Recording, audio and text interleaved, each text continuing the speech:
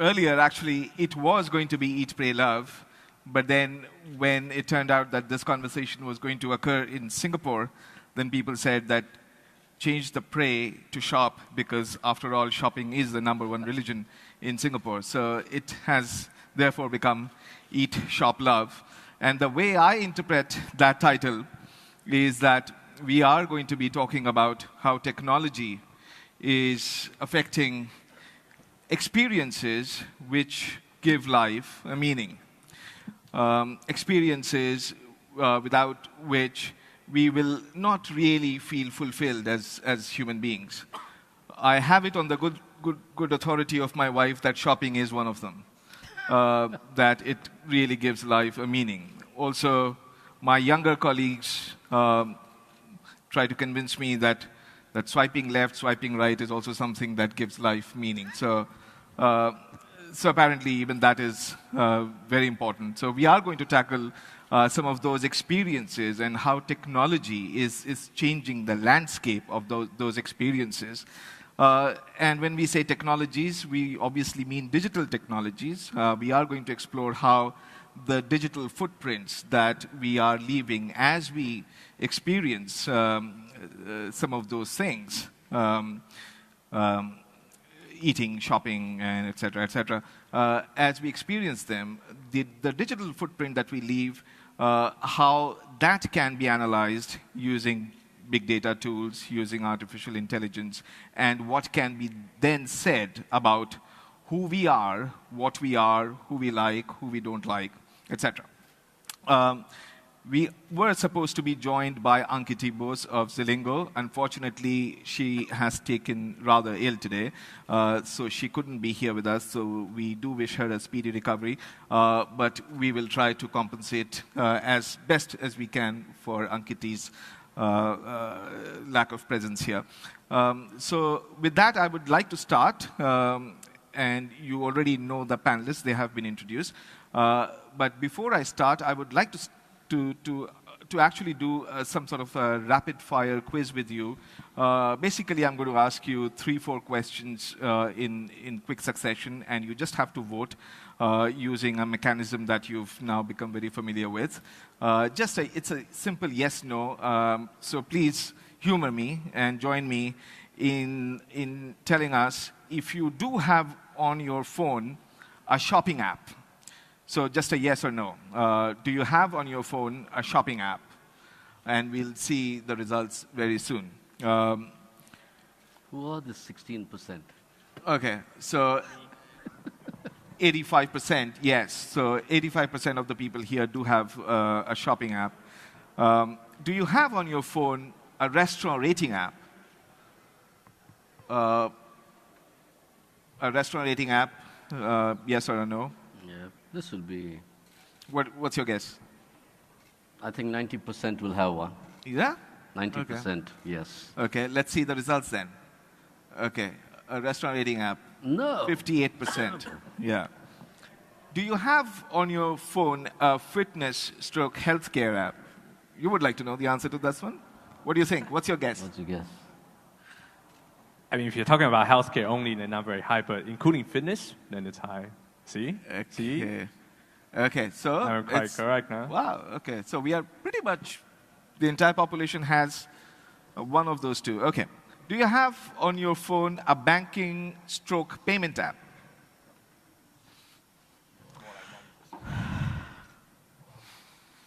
Yeah. Okay, banking. Okay, so it's also universal. I'd like to know who the other 10 people who don't have these apps are. Final question, and this one should be very easy. Do you have on your phone a dating app? Not officially. No. Oh. We do. Audience, we do not have any statistics on your marital status, so please be honest in answering that question. I think Facebook is doing dating now, too, so... Okay. All right. So 13%, yeah, okay. So let's start off this discussion now, and let me start with you, Jeff. WeDoctor, you did a pre-IPO financing round, $500 million. You're already valued at, what, $5.5 billion. 270,000 doctors empaneled? That's right. Okay. And you already have some 27 million active users? And we have 160 million registered users. Okay. So, let me not do the publicity for you, but I can do that myself. Yeah, you can do that yourself. But let me ask you, how do you see the basic proposition of your business, and how does it relate to a smart city context? Because WeDoctor is possibly a solution for a rural setting where you don't have access to good doctors that you know of, and you would like to be connected via a platform, which is what you are. But is it also something that would work in a smart city context, do you think? Yeah, so I think healthcare is actually something that's very interesting. If you look at most of the space that has been disrupted by internet, their services tend to be more online focused. So majority of the services can be done online. You look at e-commerce, you buy something, then there is some offline element where they need to deliver to you. But in terms of the shopping experience, in terms of selection, payment, it's all online. I think as of this day and age, as of today, or in the near or midterm, healthcare services will still need to be offline. It's still a more personalized. Online is more of a what we consider help you to solve some of the more initial stage from whether you need to see a doctor to if you need to see a doctor, what type of doctor you need to see. That is what we have traditionally called telemedicine. Right? That's what we have traditionally called telemedicine. Right. If you're talking about a doctor who sees you for the first time and just tells you have some rare illness and you need to take some very expensive medicine, that is just not realistic. So as part of if you think about as part of a smart city, what technology or what we can help is really make that process a lot more efficient as well as more pleasant from a user-patient perspective. That from as simple as digital appointments, so you don't have to go stand there and wait for hours on end just to go see a doctor, all the way till a lot of the medicine delivery, you can buy it online, or if you have chronic disease, you can get your medicine refilled online, have it delivered to you, rather than you go offline to a hospital system again.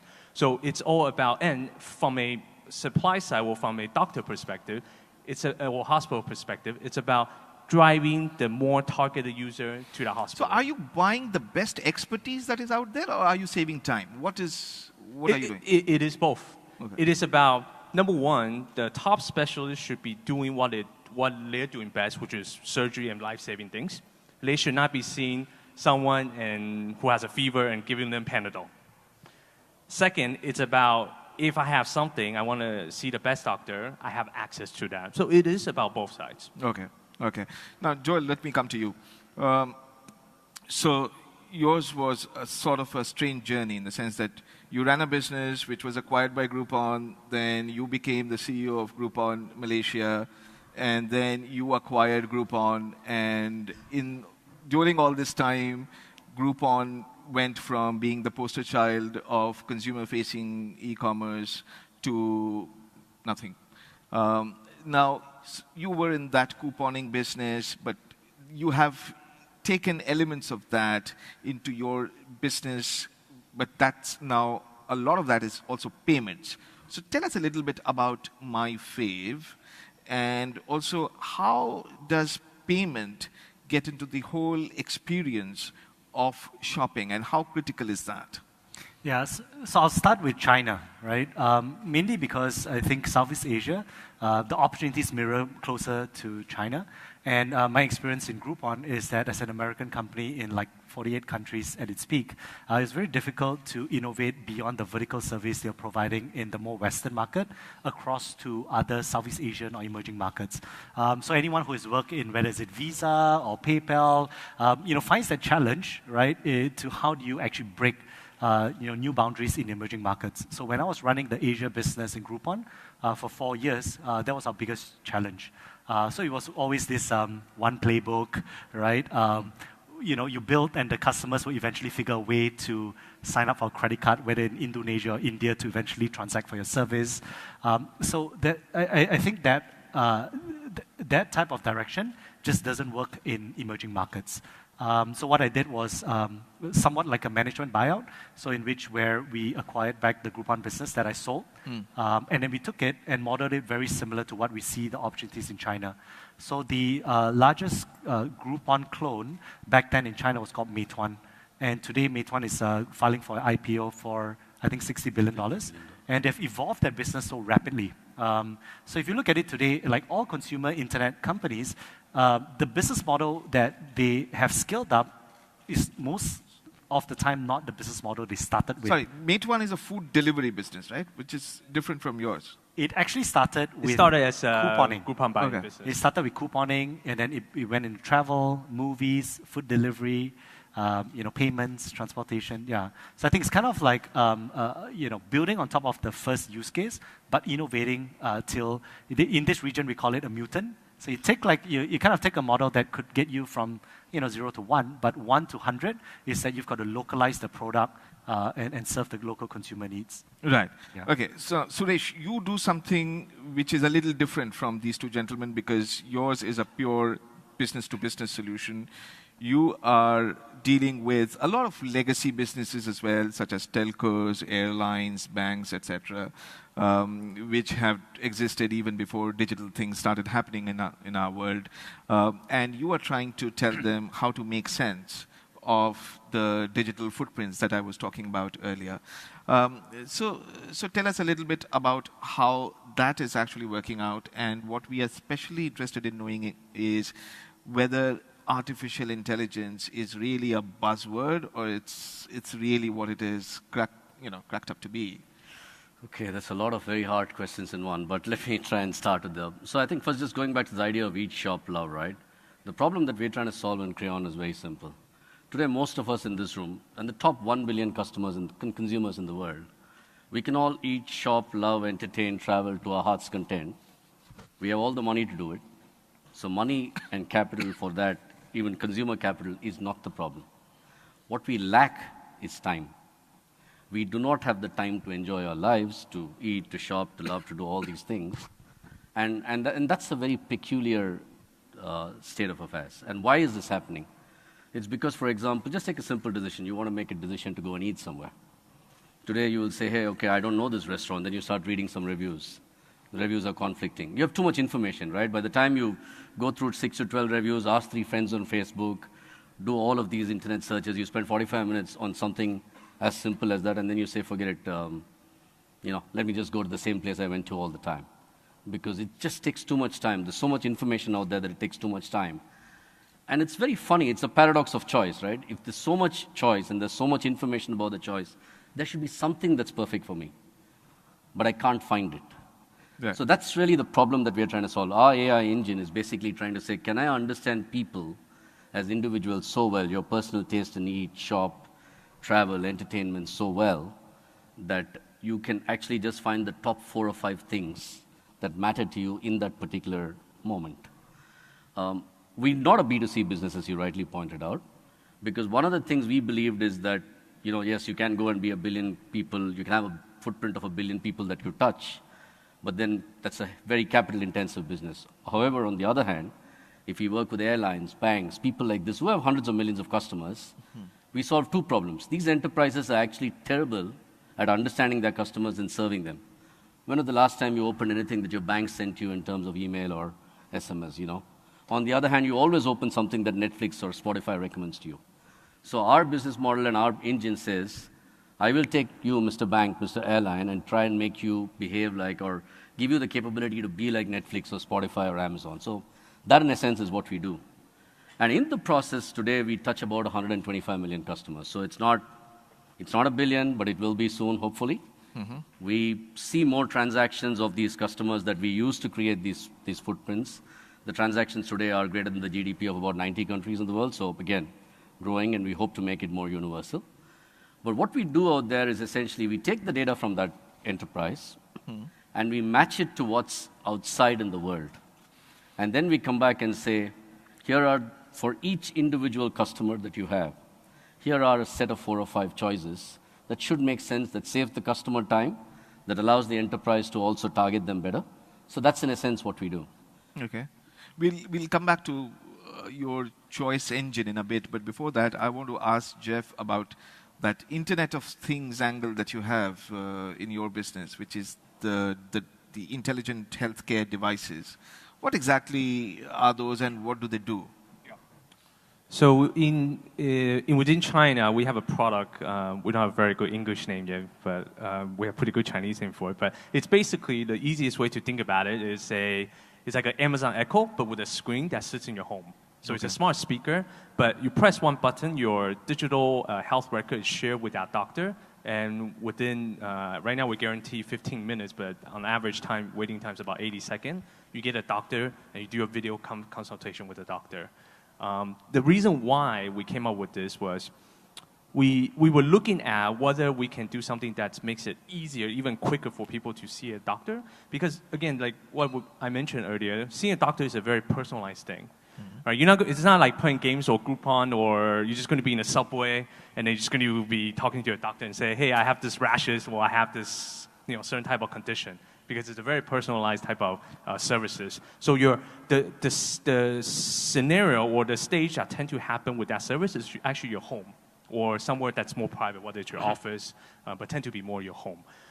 So we created this product for people to have it at home that can easily for them to access the core service that we offer. Now, you used to be a tech investment banker, Jeff. What happened? I mean, what brought you Yeah, to don't hold that this? against me, huh? Okay. What brought you to this world? So I was a tech banker for many, many years. I think I was in banking for 14, 15 years. And one of the things over the years, obviously, is there is a trend of more and more people going from professional services into corporates. Yes. Or startups, entrepreneurs. And over the years, I've been approached by a number of people with different type of companies. And that really appealed to me.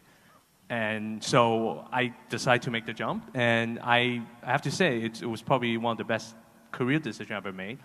It's a lot more tougher than banking, I would say, in terms of hours, in terms of the stress.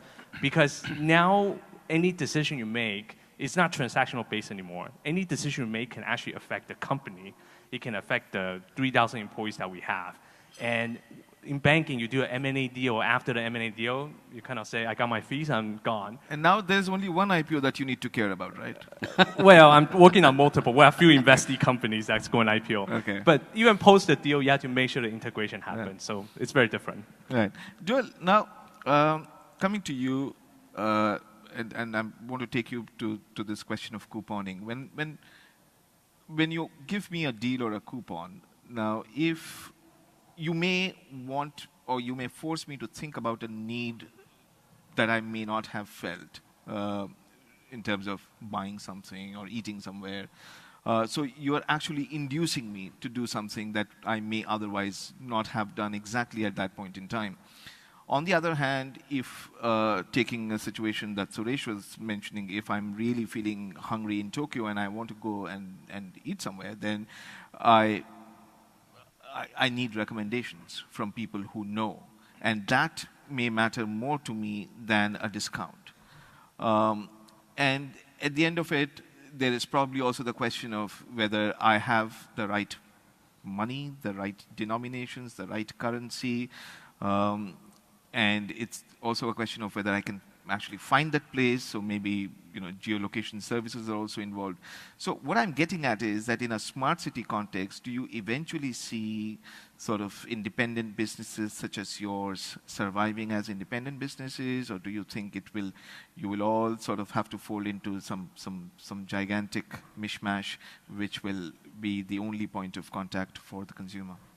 Yeah, so I think in terms of your question on couponing, right, I think generally that goes a little bit against human nature, right? So as much as we like to imagine that humans like to discover multiple restaurants, but actually we prefer to spend more time going to the places we like going to, right? So 80%, I mean, we have this aspirational dream that we're going to be trying all these different restaurants, but that's usually the upper middle class. But the masses, usually it's normally 10, 15 restaurants. They love, they keep going back, right? So that's why last year we built a product, which is a payments loyalty product, that now today is about 80% of our business compared to couponing that we acquired the Groupon business from.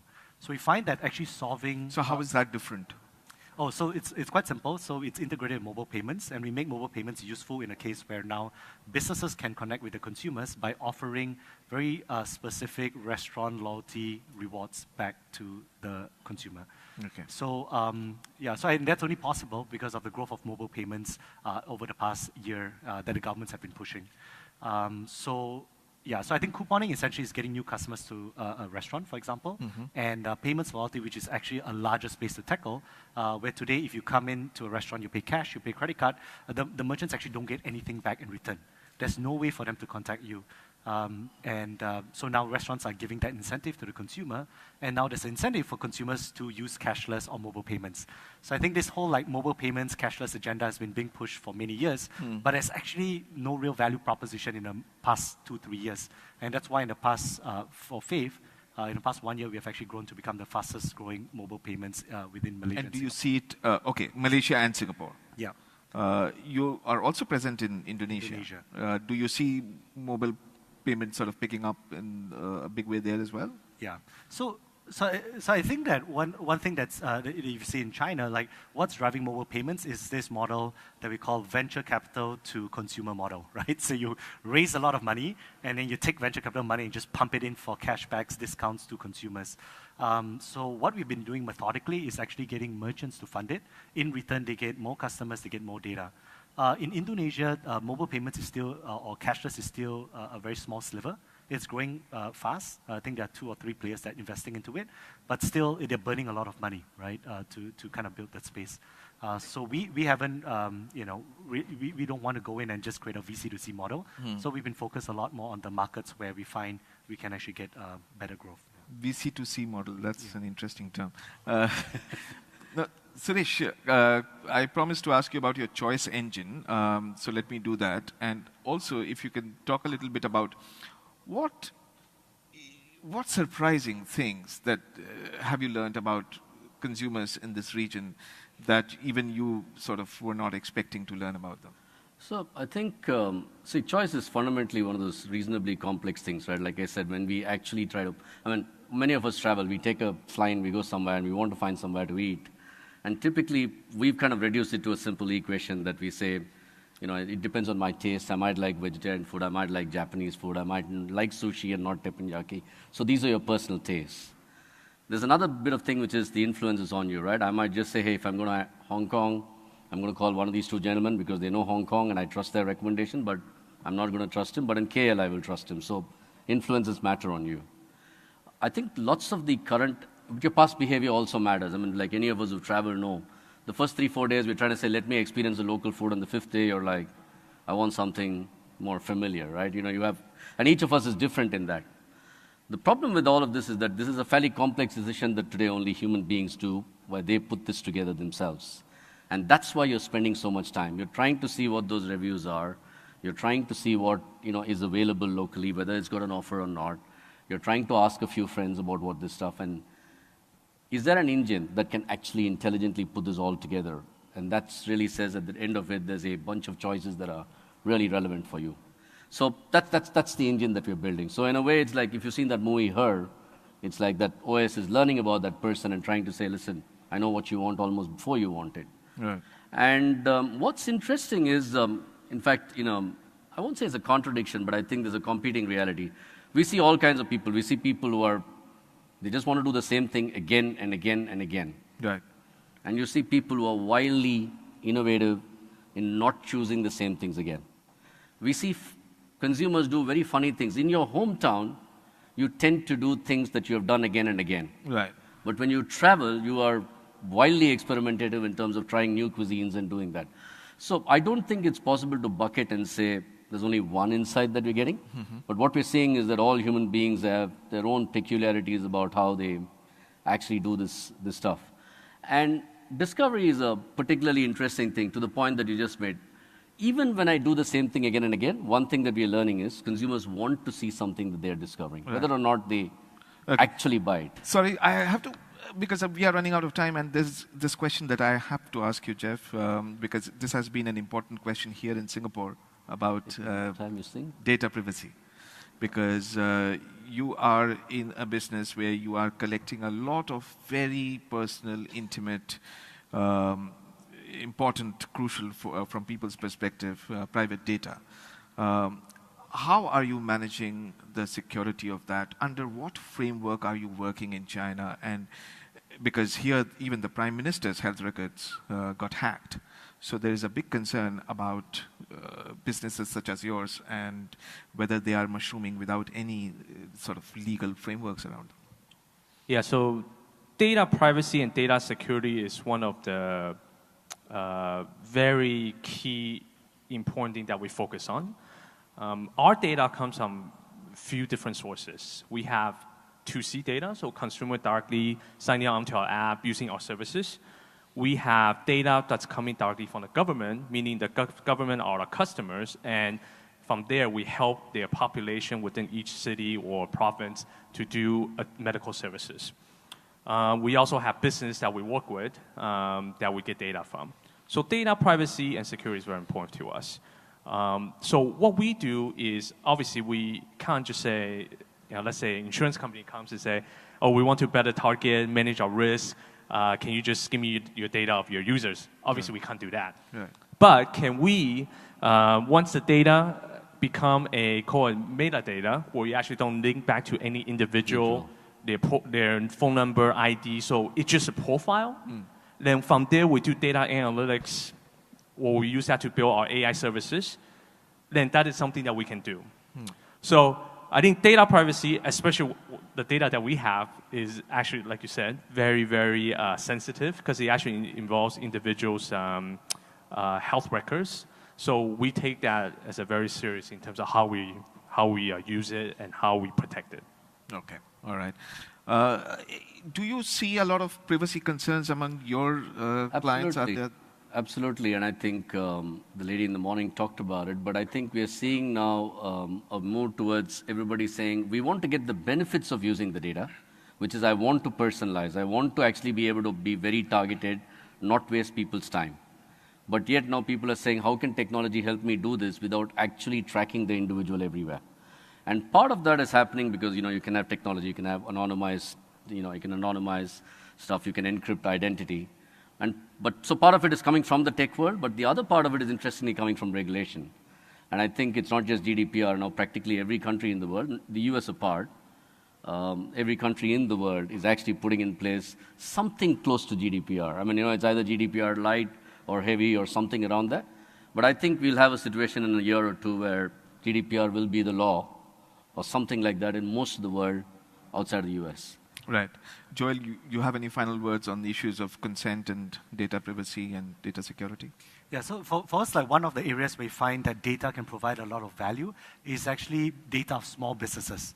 So the problem a lot of times for small businesses is actually getting loans, financial services.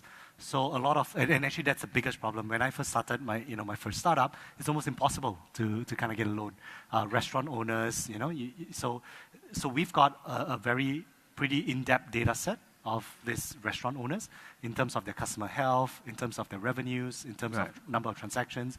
And actually, right now, as we go out there and we're talking to potential like financial services providers and banks, we find that there's actually a lot of desire to collaborate on that data set to help small, medium businesses.